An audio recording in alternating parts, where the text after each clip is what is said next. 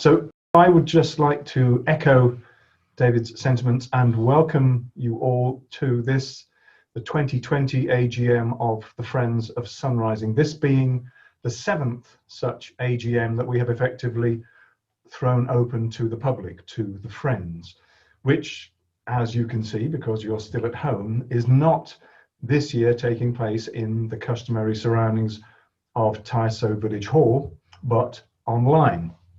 So particular thanks to all of you for braving the technology. We hope you're managing it, and I hope that you'll continue to manage it for the next 45 minutes or an hour or so.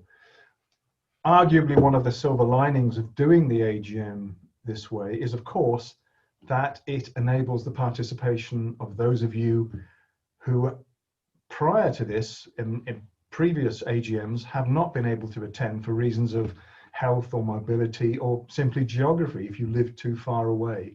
Now, of course, you can join us, so particularly welcome to you today. Now, as we look at this familiar image of the roundhouse, I'll just make a point of saying that all of the photographs that you will see throughout this presentation have been taken at sunrising, the majority of them by Emma or David, unless otherwise credited. So once again, a very warm welcome to you all. Now, along with your emailed invitation, you should all have been sent and received today's agenda. Those of you who have seen this in previous years at the Village Hall will have watched me and us effectively reading out what you see on screen. This today will be no exception. So essentially, as you can see on the slide here, there are 7 principal items, although there's a little extra on the nature reserve that we've put into the middle. So in a moment, I will talk in more detail about the first of these items, the aims and objectives. Then we will have a chance to refresh your memories as to the identities of the current board of trustees. And for this, we'll simply have a screen full of fairly eclectic selfies. Then I will hand over to Emma to talk more about the different elements coming under the umbrella heading of the fund, that being the 3rd item there. I will reappear after that to talk about the events and projects. Emma will again take over to talk about the next steps and how folk can get involved and what that can entail. And towards the end, I'll be wrapping things up with a few specific and well-deserved thank yous, and by announcing the date of next year's AGM, when this world will, of course, have returned to a semblance of normality, or not. So, as a reminder to old friends, and I'd like to think something of a clarification perhaps to those of us joining today who are new to the Friends, what is the Friends? What is the charity? Why do we exist? How does it exist and function as, if you like, a parallel companion entity to the burial ground? Well, to use the language of charity law, and indeed the wording as it is stated in our Constitution, now that we are, of course, successfully registered with the Charity Commission, the reason for the Friends, and thus accordingly the role of the Friends, is in essence twofold. It is A, the natural burial ground, and B, the nature reserve. As a charitable arm, the Friends exists to, as it says on the screen here, provide and maintain or assist in the provision and maintenance of a natural burial ground at sunrising. And secondly, to promote, for the benefit, arguably the wider benefit of the public, the notions of the conservation, protection, the improvement of the physical and natural environment at sunrising. So the Friends exists, and indeed was created, to help create, maintain, secure, and care for both of these entities. Now, at this point in time, the company still effectively manages sunrising. The income from funerals, from burials, and through the sales of graves and memorial trees, plaques and so forth, this funds the core development of Sunrising itself. The time will, of course, come, it won't be in my or indeed our lifetime, I'm sure, when this income ends, simply because the burial ground will be full. It's a finite acreage of space, and thus it's a finite source of income. So with this long-term awareness in mind, how does the role of the Friends translate into reality? Well, charity law speak aside, translating it into reality, in essence, this twofold role of the Friends becomes, in practice, a threefold role. Firstly, the raising of a capital fund to safeguard the burial ground and the nature reserve into the long-term future, to be able to offer the necessary financial support when we reach that point of capacity, of there being no scope for further burials. Secondly, supporting the creation, the development and the care of the natural burial ground of the nature reserve. And thirdly, as it says, to nurture the community of Sunrising, those people for whom Sunrising is that unique and special place, a place worthy of their time, effort, their input and care. That, in short, is you. You are the people who love and see the value of, and indeed find comfort in Sunrising. And it's you, of course, who are now and always will be the driving force behind the charity.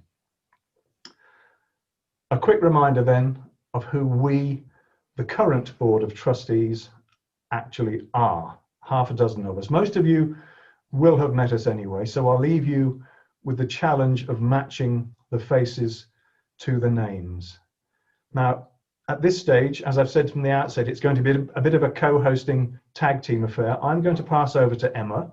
Most of, if not all of you, will know or will have met Emma. Now, she, of course, very much is Sunrising and all that it has come to be and to represent. And she also works as the treasurer for the Friends. So, ladies and gentlemen, we will now clumsily yet seamlessly change places as I now hand over to Emma. Thank you very much, Bruce. It's strange being here on Zoom instead of having you all in front of us, but I hope you're managing so far. So let's begin with the fund. One of the key responsibilities of the burial ground is to ensure that there is provision for the future. As Bruce said, land is finite, and when the plots are sold, that income will come to an end, which means putting aside a reserve. We call that our capital fund. And since Sunrising opened, we've been looking to build that fund, that safety for the future. There are three sources of income for the fund. And the first is commission from the company. That's the Natural Burial Company. And this is a percentage of the sales of burial plots. The second is fundraising.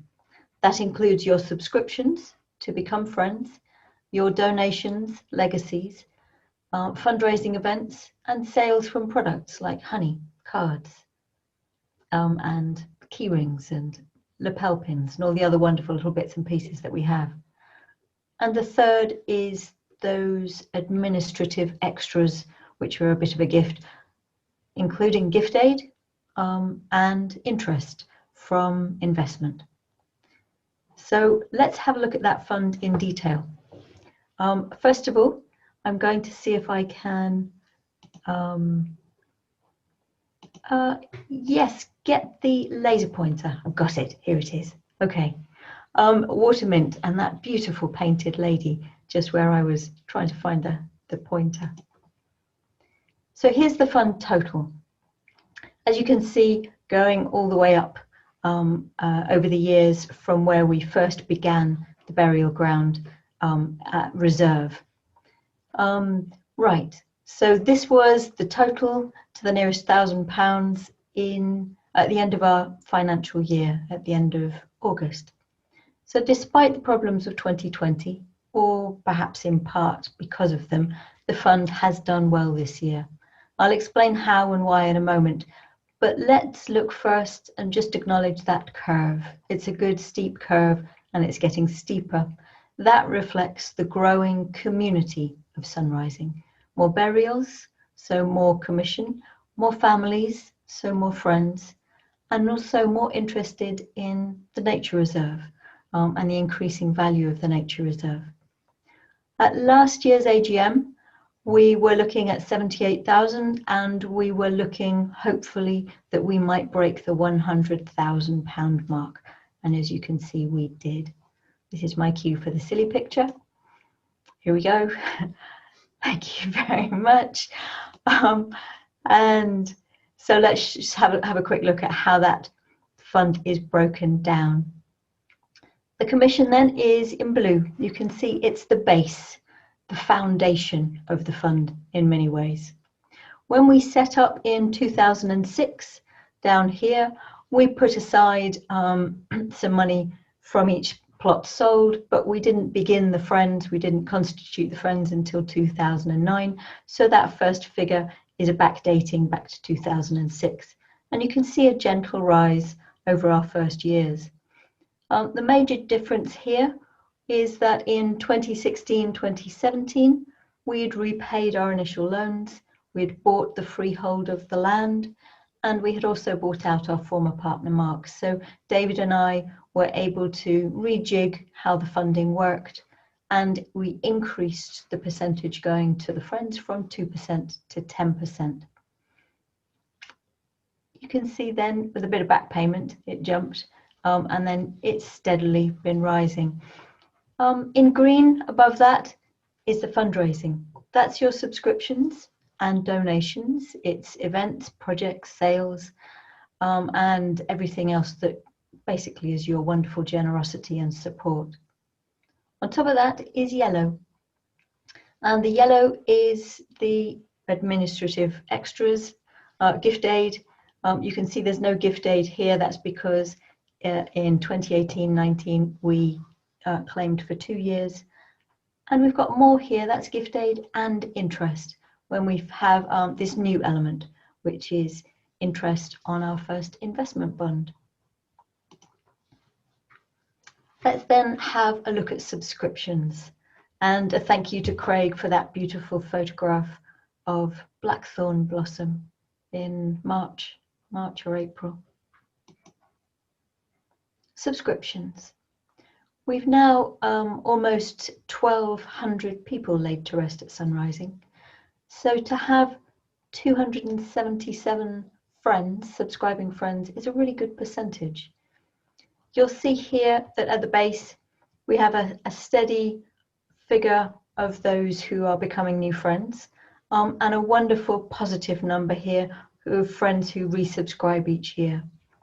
The yellow is the folk who slipped away for one reason or another and then came back, perhaps inspired by some event or project that we've been doing, or just a reminder, because these things slip out of our minds in busy lives.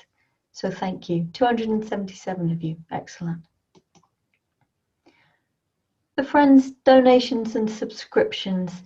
The trustees this year had discussed whether it might be feasible to raise the annual subscription from £10, but our decision was not to do so.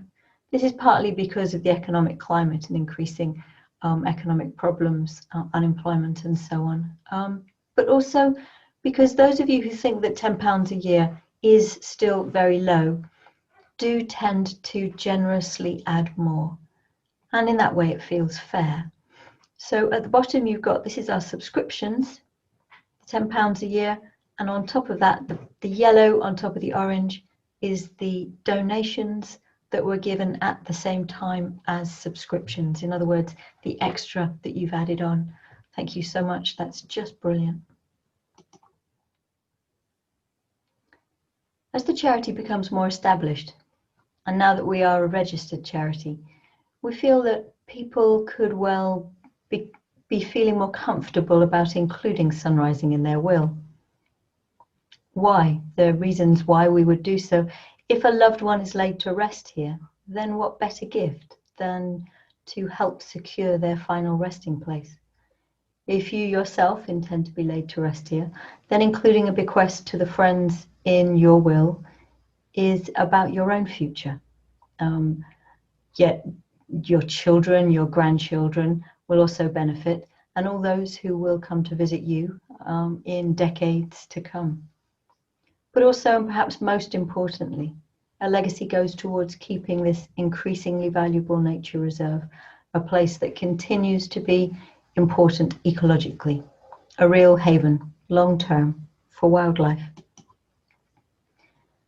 And with that in mind, we've been putting together a leaflet to let people know how to leave a legacy to sunrising.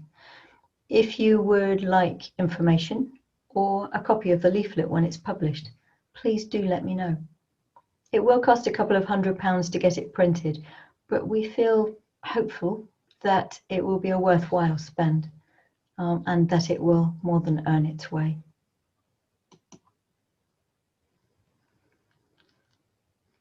Bruce said in the beginning that he was going to do this section. In fact, I'm going to do events and then pass over to him to do projects. Events, yes. Well, this is a beautiful photograph. Thank you, Steve, for this. This is a photograph of the open day in 2018. And I'm sure you agree with me that gatherings of people unconcerned about keeping 6 feet apart seem like a distant memory. But it hasn't just been coronavirus that has stopped our events. Last August, as I'm sure you remember, it began raining.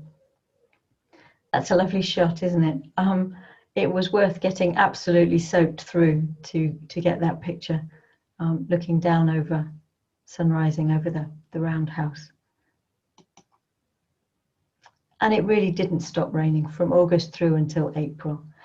By Christmas, by mid-December, the ground was too wet for our usual Christmas fundraising event to take place.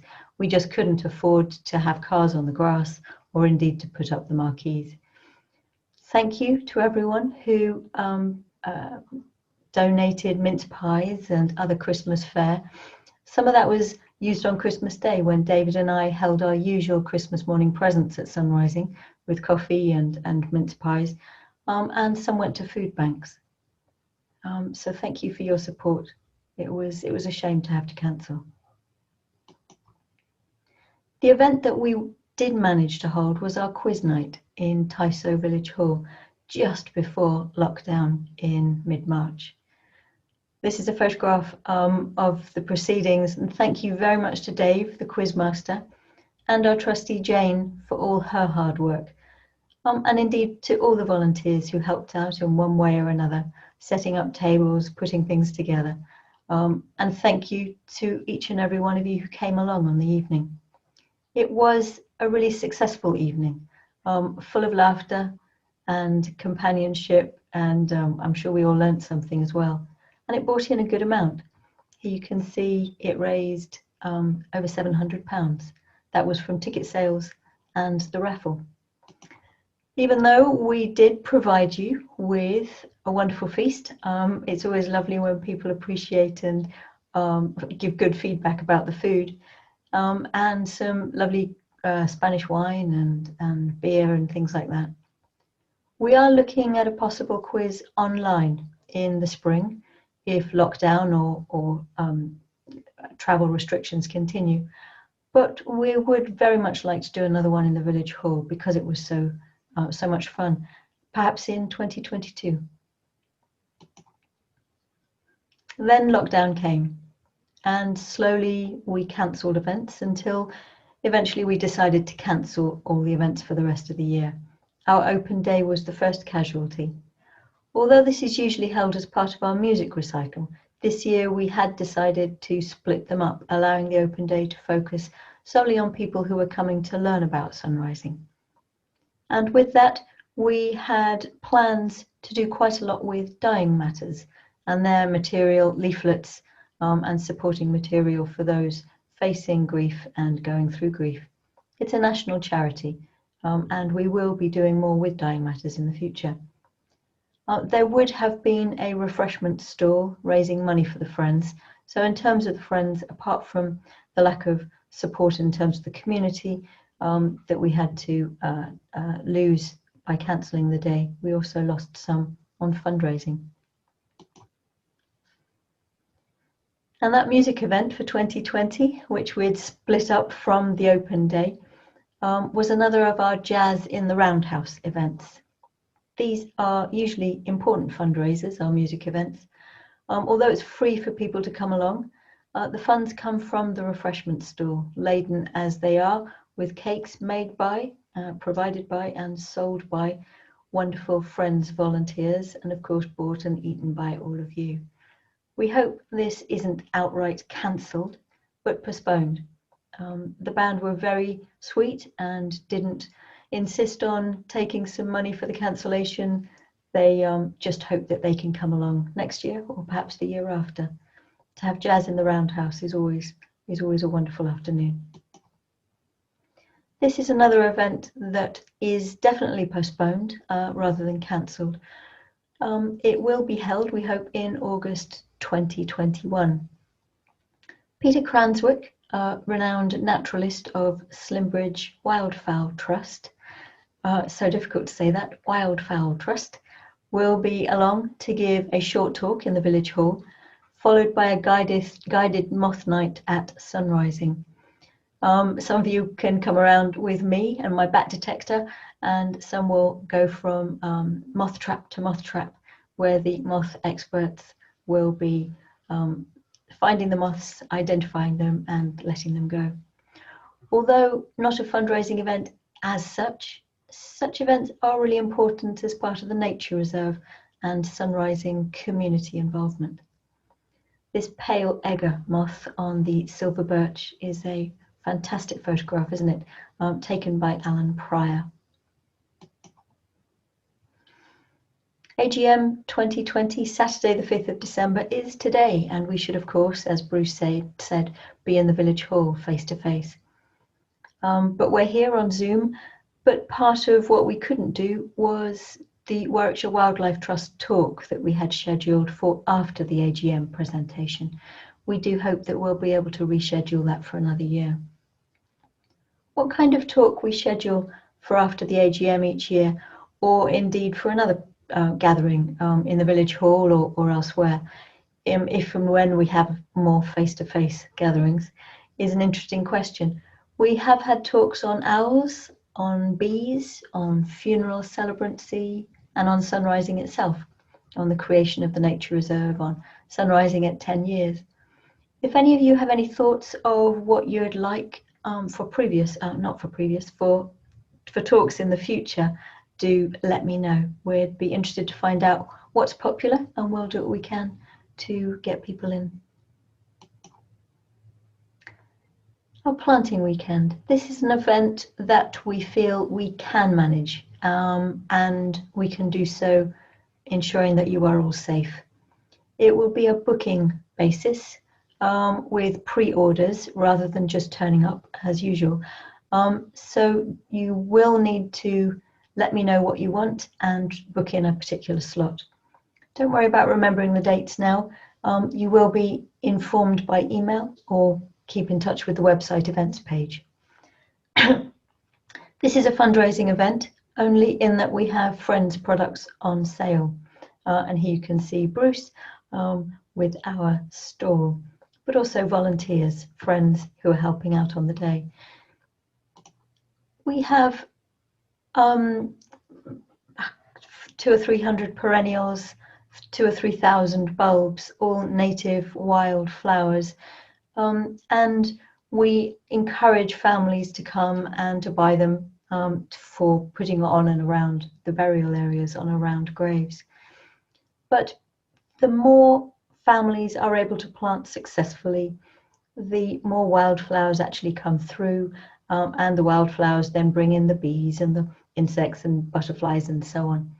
So if you are a gardener and you feel like coming along to help other families planting, or to be a part of the day, then please do get in touch. Again, information will be out in our September newsletter and be on the website. Here you've got red campion, the native wild daffodil, the Lenten lily, the simple snowdrop, and here you've got field scabious. Given that the pandemic is expected to peak again, perhaps in the winter, we have cancelled our mulled wine and mince pies event for this year as well. It may be that we work out a different way of doing such events, where you feel safe, we feel safe, if the world doesn't go back to what it was. But at the moment, we're feeling the need to take it slowly, to make sure our decisions are right, for Sunrising and for you, the Sunrising community, particularly given that a lot of our community are over 60 and in vulnerable groups. While we have in the past made money from Wreaths, last year we simply guided you to our list of approved florists, those who understand that we will not accept any kind of floral tribute that we cannot entirely compost. So we do have problems in the past. We have had problems with Christmas wreaths. Imported wreaths made with lots of plastics, made with foam, made with wire, made with glitter, made with painted wood, all these things which are not compostable and in some cases are just toxic. We do have a list of approved florists who can create beautiful Christmas wreaths based on nothing but straw, woven wood, ivy and the like. And if you go to our website, you can actually just put into Google Floral Tribute Sunrising or have a look through the Natural Burial Ground tab and you'll see our Floral Tributes page. It's not just for wreaths, but for all floral tributes. And please remember, we don't want any flowers with plastic oasis, glitter, paint, wire, please. Thank you. At this point, I'm going to pass you back to Bruce, who will start off our Sunrising project. Thank you, Emma. Yes, projects, the various fundraising projects, merchandise, existing and upcoming. Can I, before I go on, just thank very much the Ainley family for this splendid photograph, Sunrising honey in little pots, put together for a family wedding, which sadly was postponed until after the pandemic. But I think that's a splendid idea, honey in little pots. So indeed, let's start with the Sunrising honey. Now, although we have now removed the beehives, we do still have a stock of honey left to sell, despite my assertion at last year's AGM that supplies were almost exhausted. I was fairly wrong with that. Yes, it's a shame that we no longer have the bees on site. As you can see from this slide, the honey has been a very popular product and sales of this have made a very healthy profit for the Friends over the years.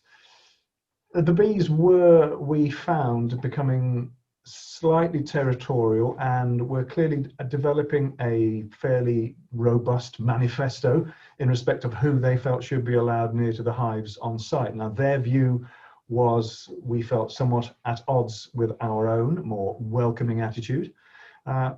In short, we can't risk having bees on site that are going to sting visitors. It sends out rather the wrong message, we felt. Hence, we had to remove the hives. Now, if at some point in the future we feel that we can again host some bees, then we will certainly consider it. At the moment, however, with no managed honeybees, all our nectar is there to feed the wild bees and the other pollinators.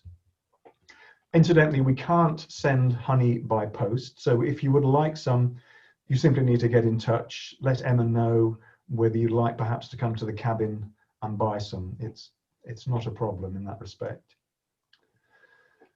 The lapel pins, this lapel pin, another established and popular item. As I always say, it's very much a must-have fashion accessory, and it again bears the distinctive Sunrising Hare logo, which was designed and gifted to us by our friend, the preposterously talented Tim Howe. Now, this is very much a staple in the Friends shop, and it's lovely to see them on the jackets and coats of visitors, celebrants, funeral directors even, and of course on the Friends. I think I'm right in saying we're on our second production run of this item. They make a splendid gift, and of course it's one that we can readily send to you if you're not able to come to the burial ground. In tandem with this very much is this, the keyring, the Sunrising keyring, again based on Tim's Hare logo. It's a relatively recently introduced item, which is proving popular and is selling well. Indeed, we only need to sell 2 more before we can break even. Having done so, as you see, there is a sizable potential profit to be made for the Friends from sales of this item. I was saying to David earlier, this will be an ideal point to draw your attention to the click to buy or the add to trolley button, if we had such a thing, but we don't. However, as I say, readily available. Simply contact us if you'd like one and you'd like Emma to send them to you. Sunrising cards. These are another staple in our merchandise range. Sales of these, as you can see, have raised in excess of £3,500 since their introduction in 2012. These are blank greetings cards on a good quality paper, each photograph taken at Sunrising by our very own Emma, with the collection changing each year. Cue the latest such collection to be introduced. These are the Sunrising cards for 20 to 21. Now, sales, of course, are a bit slower this year, simply because, as you have heard, it's been effectively a list of cancelled events. But the new collection is now being printed. You can see them here. These can be sent by post, so once again, get in touch if you'd like to order. Otherwise, they will be available in the cabin, but again, do let Emma know if and when you'd like to come and pick some up so she can be there. Now, these come in packs of 12, or indeed can be purchased individually. In tandem with these, we have our customary Christmas cards, or as they're blank inside, simply winter cards. These come in packs of 6, and a good part of our fundraising comes from the sale of these Christmas cards. At previous AGMs, you may remember, we customarily have a list whereby you can simply write down during the break how many you'd like, and we would print accordingly. So this time, let us know what you would like for this year. You can view these cards on the website, and again, we can post your order to you, or you can once again arrange to collect them from Emma in the cabin on site. The Sunrising tea towel, this beautiful autumn tea towel, designed by Philip Bannister. Thank you once again, Philip, another popular seller, a particular favourite of mine. Again, we're happy to post the tea towels to you. Simply let us know what you'd like, and Emma can let you have the cost of these and of any additional postage or packing, or yet again, of course, just come to the cabin. The Hare Purses. Now, these have proven to be a fantastic addition to the product range. It's an inspired idea, a wonderful gift to the Friends, designed and created by Carol Stripe, who I think is looking on today. And again, using Tim's Hare logo, these lovingly crafted, handmade. I can only imagine the amount of work that goes into each of these. They are ideal for coins and cards, emergency humbugs, whatever you need them for.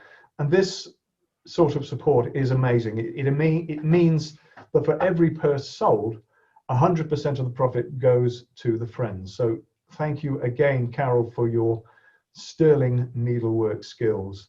And again, without the events, these two are selling more slowly, but we can certainly post these to people.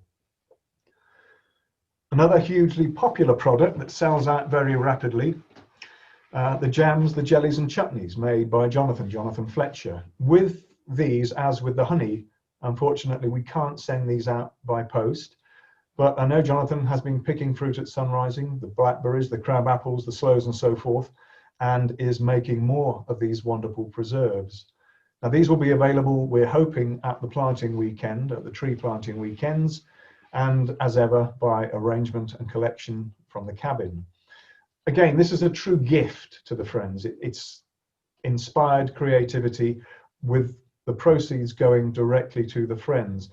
Very much like Carol's Hare Purses, this is a perfect example of someone coming up with an idea or an item that they might feel prove a good fundraiser, then actually producing or creating that product off their own back, and then gifting all of the profits to the friends. So thank you so much for that, Jonathan, as I say, and Carol too.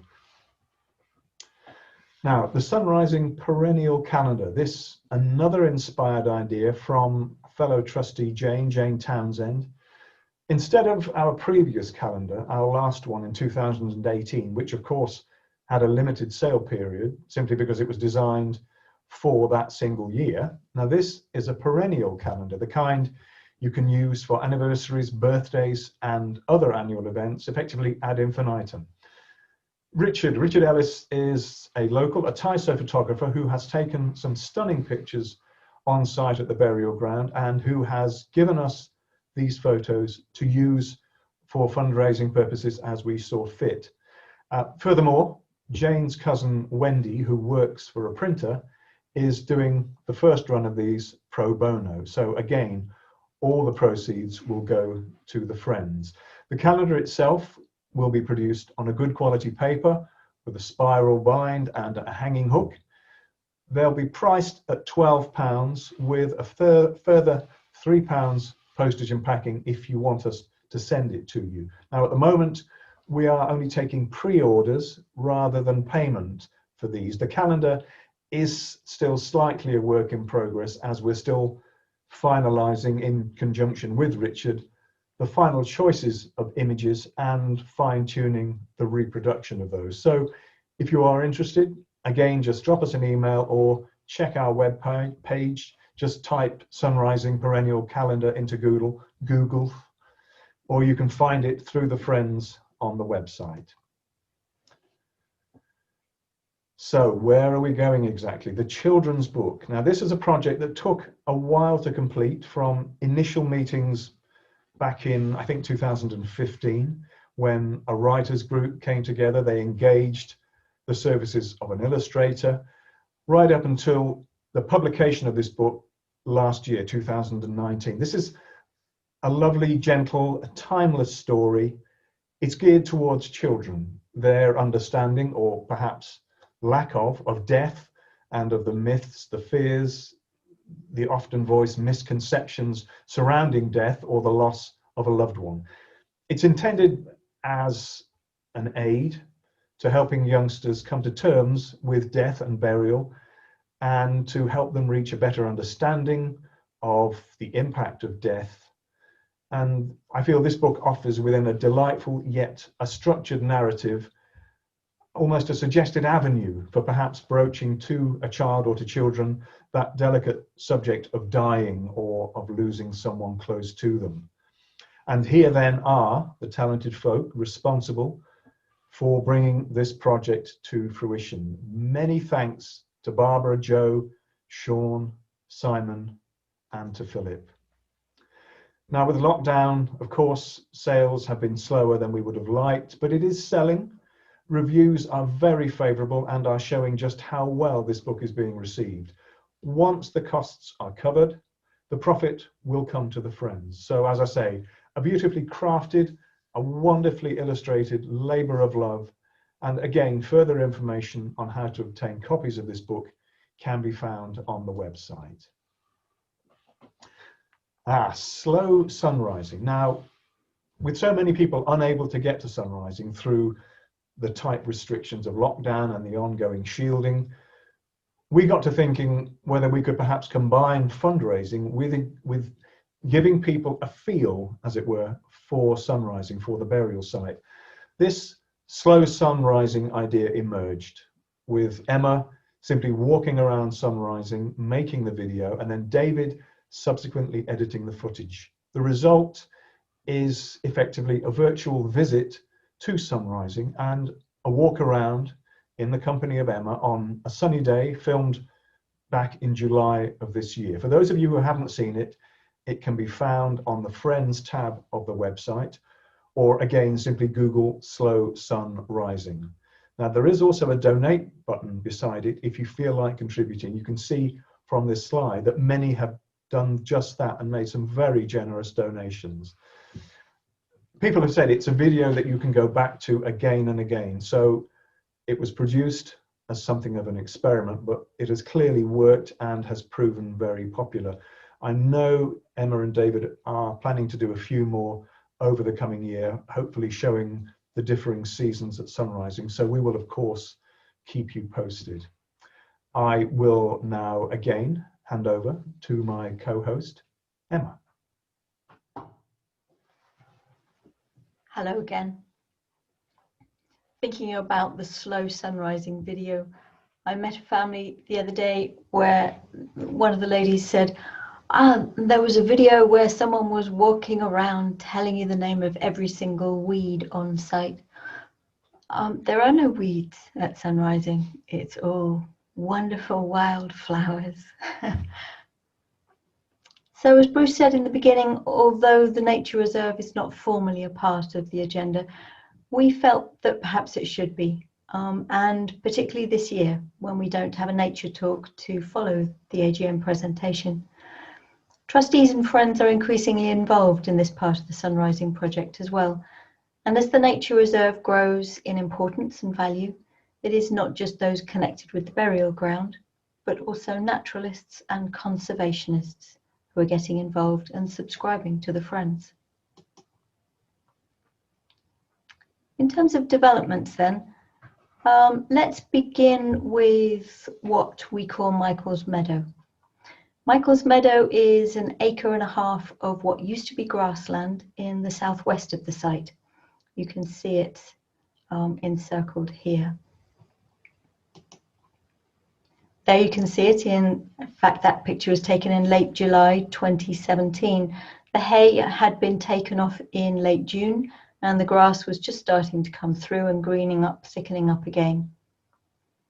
In October that year, 2017, this whole area, the 1.5 acres here, was ploughed and sown with a mixture of wildflowers and grasses. It's taken a few challenges. It was badly affected by snow in March 2018, they call the beast from the east. Then drought came through the summer of 2018 and scorched a lot of the land. We did little but manage the creeping thistle that year. We were keen to watch how it progressed by itself, keeping a sort of a light hand. Summer 2018 wasn't bad, and it started to get a bit thicker with growth and with biodiversity. And in October last year, we resowed a few of the worst bare patches. But then we had last winter, which was incredibly wet, giving it further challenges, washing seed down. And some areas were really not underwater, but saturated for months. By June this year, it was nonetheless a sea of oxeye daisies, as you can see. Once the daisies went to seed, you could see other species were coming through. Here you can see the lovely rich dark purple of tufted or cowvetch, and you can see a little bit of knapweed, but mostly it's this yarrow from rich dusky pink to the white and the yarrow, and increasingly grasses, which are an important part of a developing meadow. You can see a beautiful strand of yellow agrimony here as well. There's also wild basil, field scabious, cornflowers, trefoils and more. It's getting there, but it will take another few years to find its own balance. And in that process, there will be more grasses. It won't be just that thick wildflower oxeye daisies as it was this year, which is an extraordinary sight, but sadly not a balanced wildflower meadow, not sustainable. This is what we're looking for, lots of different flowers. A part of our work is to monitor the changes brought about by transforming the grassland into the various different habitats that we're creating, in this instance the wildflower meadow, and to document those changes so that others can make use of the information, the data that we have. One immediate benefit of Michael's Meadow can be seen purely in terms of butterfly numbers. Butterflies are counted at Sunrising and elsewhere by using what we call butterfly transects. These are particular stretches that are walked at a steady pace, counting the number of species as you pass. David does this work at Sunrising. just looking at these two species, the meadow brown underneath, and on the meadow scabious, the field scabious, and the small tortoiseshell on the oxeye daisy above. The numbers here counted are the highest count on a single transect walk.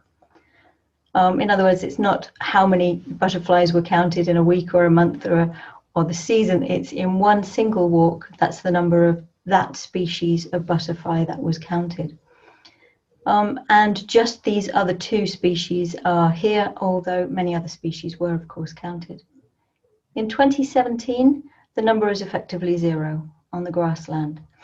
In 2018, our first year that was very much scorched out by the drought, it went from that up to 11. You can see last year, we're getting there, 2019, but this year, 2020, we see effectively a logarithmic change, and that's what we're looking for, a huge change in terms of numbers. These butterflies are indicators of the improvement of the environment. And here's Michael's meadow yesterday. So from that sea of oxeye daisies, you can see most of these seed heads are oxeye daisies. And this is the first area that has been cut. Mown, in fact, in the middle of mowing, and there you can see James. This is his excellent little tractor that's very maneuverable, but on the back is a flail collector, which means he can cut and gather up the hay all at the same time. So we are removing the hay that comes off so that it doesn't rot and increase the fertility. We want the fertility to go down. Now, some of the seed will fall and help with the reseeding, but some of the seed will be taken away. And what we're doing with that hay this year is the torch. So we're back to our map, but instead of seeing the map as it is at the moment, this is a part of our vision map, what we hope we will be getting to. And you can see the next stretch of wildflower meadow that we're creating, which is at the moment called the torch because of its shape. While we ploughed Michael's meadow, we aren't going to plough the torch. Instead, we're using what's called green hay, by taking hay off the established meadow and spreading it over the area. Now this year we have not done that fastidiously. We should be harrowing the soil first and upping the amount of yellow rattle with extra seed, that magic little plant that helps in all wildflower meadows as it weakens the thick grasses. This year it's just a starting point where we are looking at the process, what is needed, and going through it, seeing what happens, just the practical steps. Next year we'll be doing it in earnest. Now the next photo is taken up here. So up there you can see, looking down over the meadow, over the torch, towards Ilmington Hill there. You can see this beautiful red fescue. But the important thing here is you can see the tussocky grassland that wasn't cut last year on both sides here, and then the torch in the middle. So you can see just how not cutting some of the areas of grassland last year compared with the area that's cut makes for two effectively different habitats. Last year we did shake some yellow rattle seed over small sections in an experiment, and some of it has come through, but mostly we've just been managing the creeping thistle, an ongoing journey. This year, let's see what the green hay does. So this is the torch before the grass was cut. This is the torch on the 7th of August when the grass was cut, and all of that grass was then rowed and baled and taken off, because that's the grass from that area, and then the green hay was spread. Now this is the green hay taken off Michael's meadow and Betty's meadow and Marjorie's meadow around the site, and these are heaps of hay which are then going to be spread all over the torch and other areas of grassland that have been cut this year. There you can see the torch, and at the bottom of the torch is what we call the butterfly stones, and that's where we're going next. So I've taken away the torch and you can just see the map with the butterfly stones there. And there you can see from the butterfly stones looking up towards the roundhouse. This is what I call my massive rockery. This is local Haunton stone on which butterflies will be able to bask in sunshine, but also with crevices, nooks and crannies between the rocks for them to shelter. It was created in October last year and then planted up with 100 or so little plants, but most of them died in the heat and drought of the spring and early summer this year. I do have another 20 or 30 this year, which I'll put in: creeping cinquefoil, wild strawberry, bird's-foot trefoil, together with some sedums which are still there from the old roundhouse roof. And although most of them died, some are coming through. With the rain that started in July, some have survived. Not many, but some. And I'll be, as I say, planting up again in October. And next spring, if it's dry, I'm going to water them in and keep watering. In time, this will become what I hope will be a large rockery covered in creeping little plants, filled with the humming of bees and butterflies. Let's go to orchids now. Here you can see a lovely picture of an Essex skipper on a pyramidal orchid. That's a photo of David's. Orchids are one of the plants on site that we map carefully. They are another indicator of a habitat that is becoming stronger in terms of ecological wealth and biodiversity. Orchids, because they have very particular needs, tend to just magically appear and disappear. Their seed is incredibly small. They have their own mycorrhizal networks. They're a mystery to most people. Let's just show you a quick snapshot of a few changes. These are mapped in 2019. Bee orchids in pink, common spotted orchids in yellow, pyramidal orchids in blue. You can see last year we had lots of bee orchids and some of the other two species. But this year, very different. While we saw plenty of common spotted orchid leaves in April, they all disappeared before flowering. The same with bee orchids. We saw hardly any bee orchids in flower.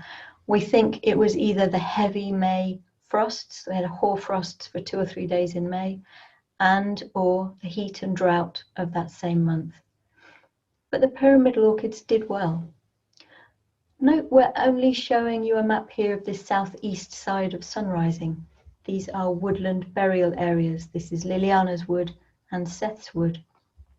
That's because there are no orchids in the grass.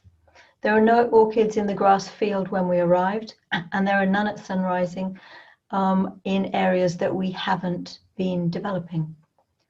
They only turn up when the soil has been moved, when we've planted trees, where there are graves, and where we've been sowing wildflowers, even though there's no orchid seed in the wildflower mix. The orchids just come by themselves.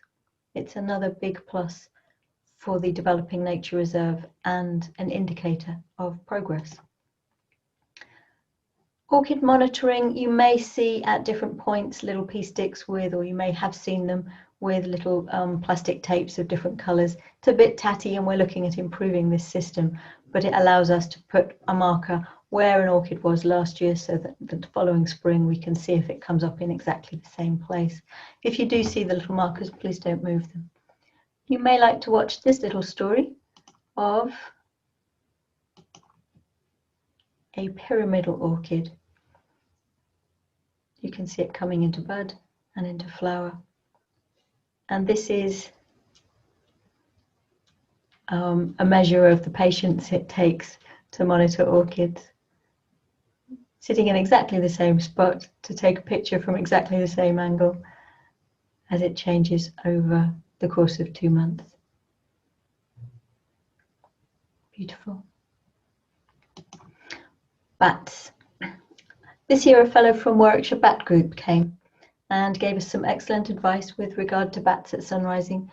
We know we've got pipistrelles and probably a few other species, but it is early days in terms of bat habitat at sunrising. But the bat fellow, the Batman, encouraged us to put up some better bat boxes, and identified clear locations that would be best for the boxes. and as a licensed bat handler, he will return to check the boxes periodically. All the boxes are sponsored by families. Tree sparrows. Although we've been monitoring tree sparrows for some years, aware that they have been on site, and the gossip about tree sparrows had got about amongst local birders. We knew that because folk were just arriving on spec with binoculars and wandering around looking at them. We had a fairly good colony of this endangered little bird. But this year, Philip Walker told Mike Pollard of the Banbury Ornithological Society, and a new project was begun. With the help of the Ornithological Society, 12 very beautiful little nest boxes were installed with 2 new feeders. We made a call for sponsorship to you, the friends, and the rest of the Sunrising community to ask you to help us fill those feeders. The response was brilliant. Thank you so much. There is an increasing threat from the growing population of house sparrows locally, not just at Sunrising, but in the broader local area. House sparrows, their populations rise and fall, and they're currently on the rise. Being larger and feistier, they tend to take over where tree sparrows might be. Tree sparrows still need more help. We have got an information sheet on our webpage, so if you go to the Nature Reserve on our website, you'll see more information about this project. Excuse me. Our barn owl boxes, our barn owl box had stock doves nesting in it again this year. The local barn owl team who came to check it, who come about 3 times a year, tell us that this year has been another poor year for barn owls. Why? In some ways, well, we never know the full story. But this year, the mouse, the field vole population crashed in fields and meadows around. The winter was so terribly wet that all little burrowing animals struggled, just drowning in the saturated soil. We have found vole nests fairly high inside tree guards for the first time, as little creatures strive to get out of the saturated, the drenched soil to find places, dry places to nest in the spring. Without food, without the voles and mice, the barn owls starve, of course. Springs that are too windy and too wet, or both, and they have been recently, mean owls have a hard time. But there is some evidence for them beginning to adjust to this climate change, breeding later in the year. We hope they find a way through these difficult years. That's a beautiful picture by local photographer Mark Hunter. In terms of positivity, we've put up a few more nest boxes this year, notably the first nest box to go up in Liliana's Wood, which is one of our oldest woodland burial areas. In other words, this is one of the first boxes that have gone up in a memorial tree. This is a memorial tree here, a wild service tree, in an area on graves.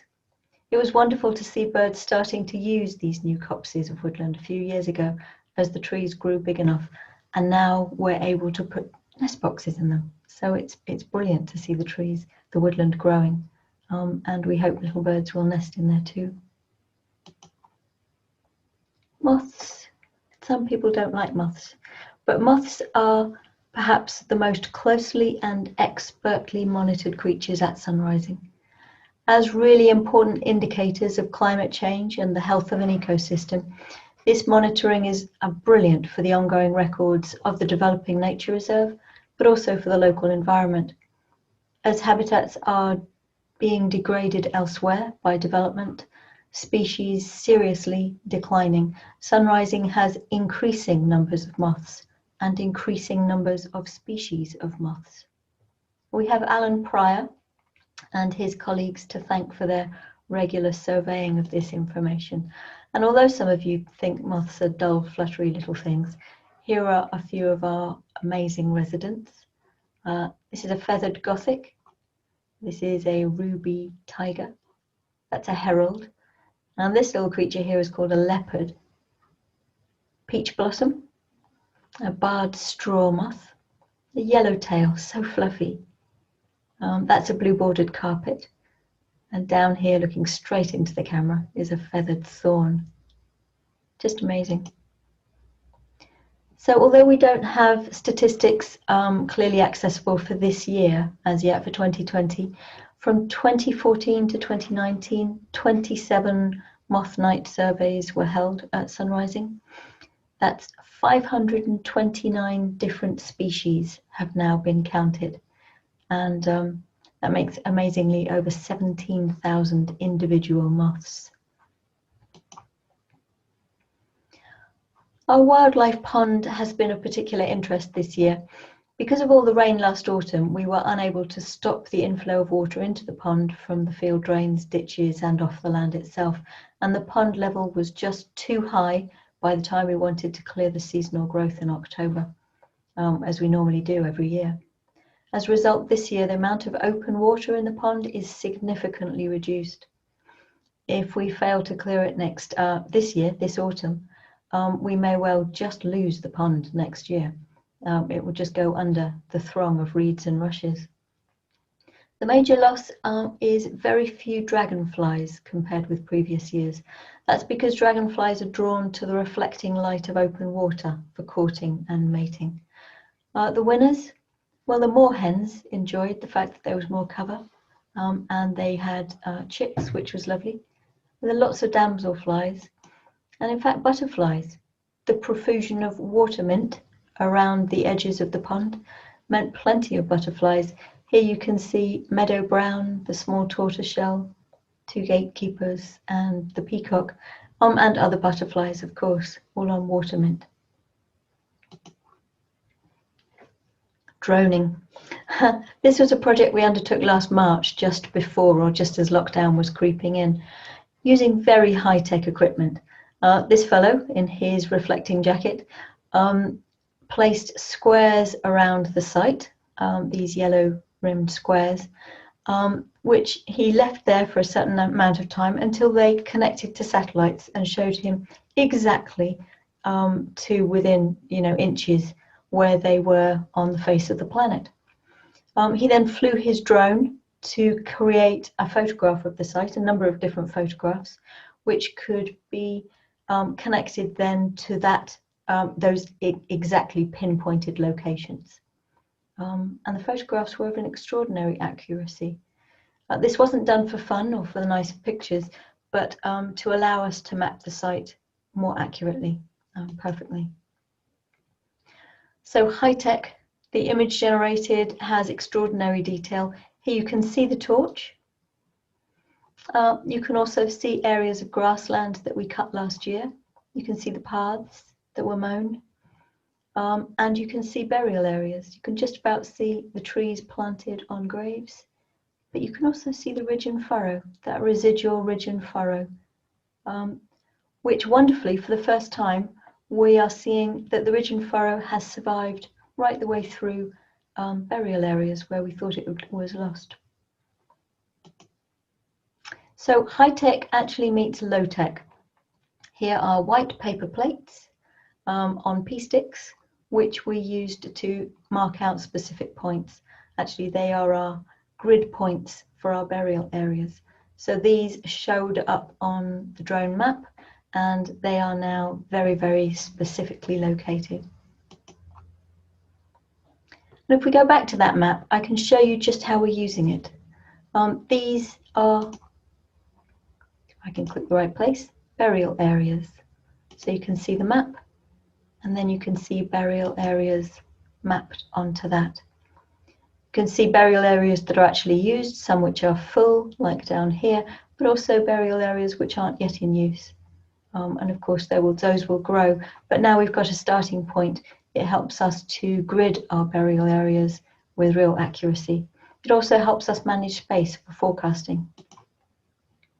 Back to the map. It also helps us with planning.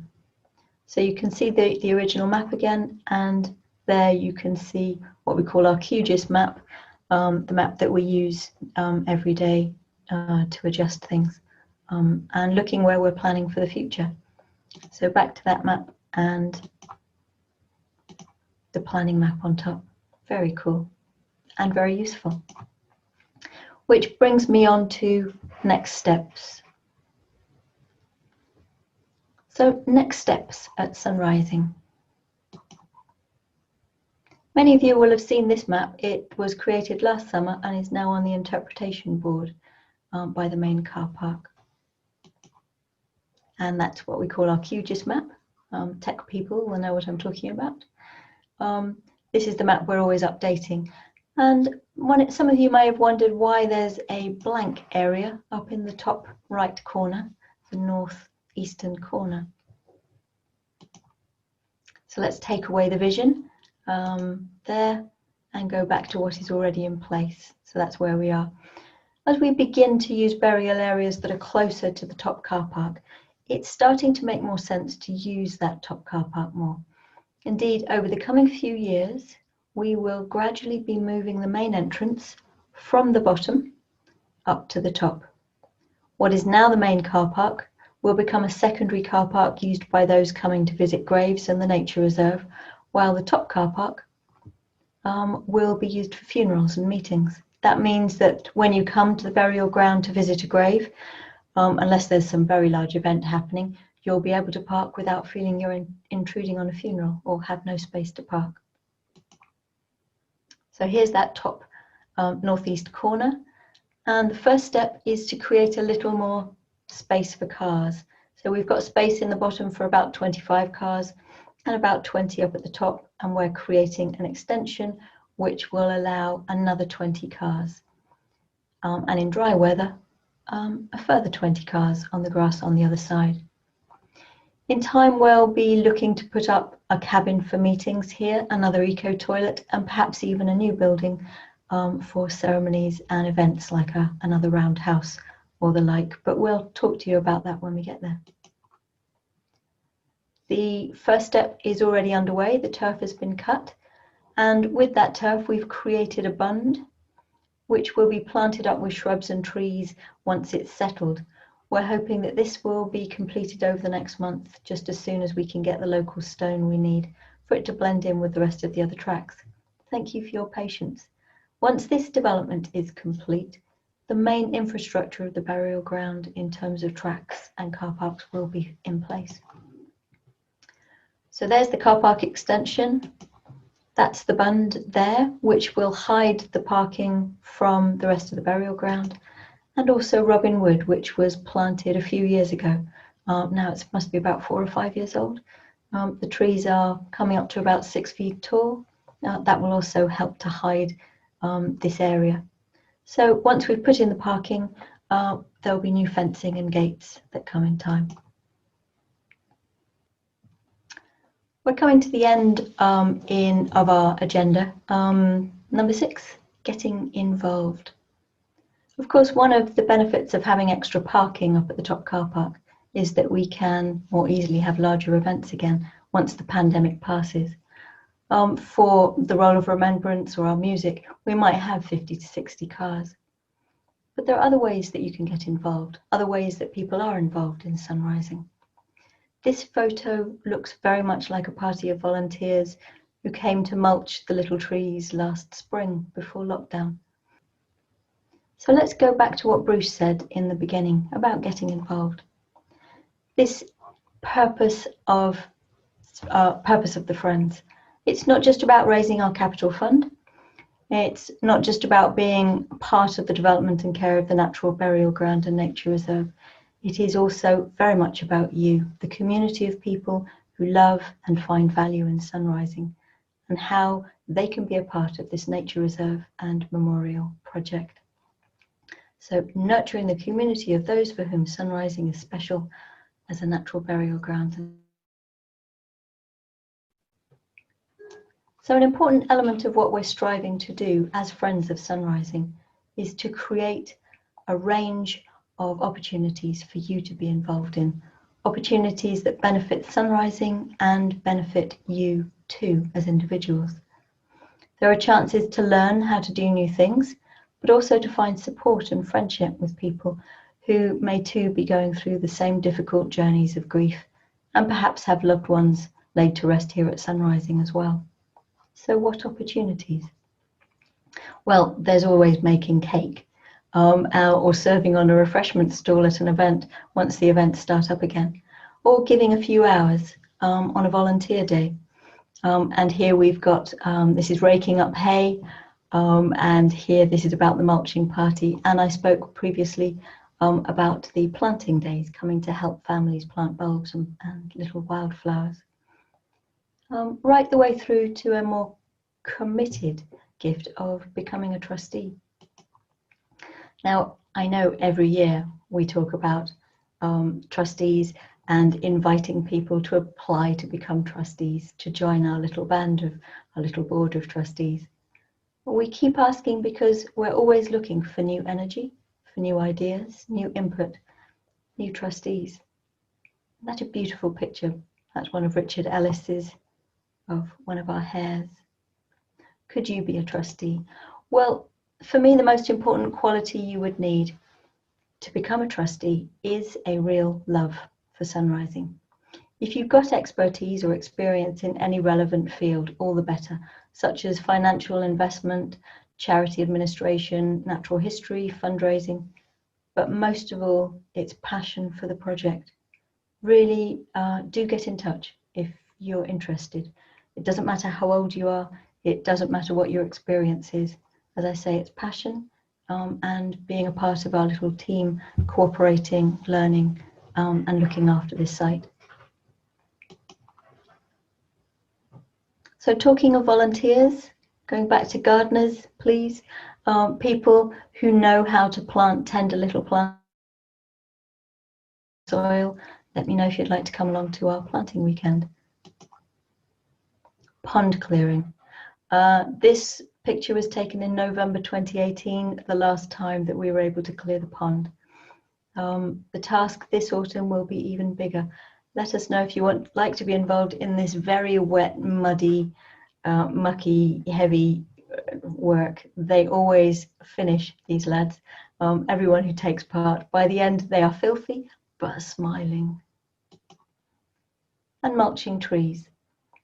To be honest, we're not very good at photographing volunteer events, so this photo is from a few years ago, but it's another volunteer task which happens every year in February, mulching the little trees with composted bark. We very much hope to hold nature walks next year, but if we can't because of the pandemic and movement restrictions, then we will carry on with our slow sunrising videos. But nature walks are another way that people are getting involved. As are our survey days. Again, you don't need to know a huge amount. If you do, all the better. But it's a way of being with people. Some folk know very little and they just tick the box. Oh, what did you say you got? One of those and one of those. And other people have their noses in field guides. We're all learning. So we didn't have any public access nature survey days this year because of lockdown, but we hope to next year. That's it from me. I'm going to pass back to Bruce, who has the last few slides to go through. Thank you. I'm going to wrap things up with a few well-deserved thank yous. Now, Emma mentioned earlier in the context of tree sparrows and house sparrows the importance of the birds and the bird seed. Feeding and encouraging the presence of the birds at sunrising is, of course, hugely important. And as ever, we would like to thank, as we do every year at the AGM, Tim, whom I've mentioned earlier, Tim Howe.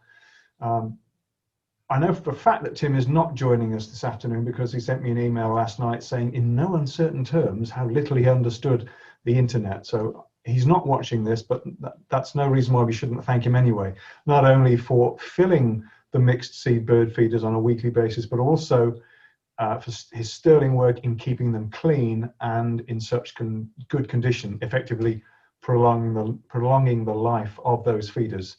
So thank you to Tim, and thank you indeed to every one of you who contributes regularly and occasionally to the cost of that birdseed, which is, you won't be surprised perhaps to hear, in excess of £100 a month. So thank you for that, and also for those who send seed or indeed who leave bags of seed on the cabin. It's all hugely appreciated and very welcomed. A final generic thank you, I think, to every one of you out there who contributes towards the running costs and the upkeep of Sunrising. Those of you who offer encouragement and support in any way, we can only thank you deeply and sincerely. Your support, your encouragement, your empathy, your belief in what Emma and David have striven over the years to create and achieve at Sunrising is really what sustains us and what keeps us motivated. You are, in short, you are and always will be the very lifeblood of the Friends and of Sunrising itself. And we couldn't ask for better friends. So thank you, all of you.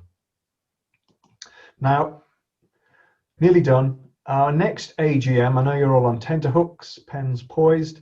The next AGM is going to be on Saturday, 11th of September 2021, by which time, of course, things may be dramatically different out there in the world, that to which we're currently seeing, or it may not. So whether the next AGM is on screen via Zoom once again or in person, we don't yet know. As Emma said earlier, we have kind of missed seeing your faces out there, but it's been good to have you with us nonetheless. So I think now that's about it. Thank you once again for braving the technology and for attending this, our first online AGM, and indeed for going the distance if you did. We are now going to have a 15-minute or so break, after which there will be the chance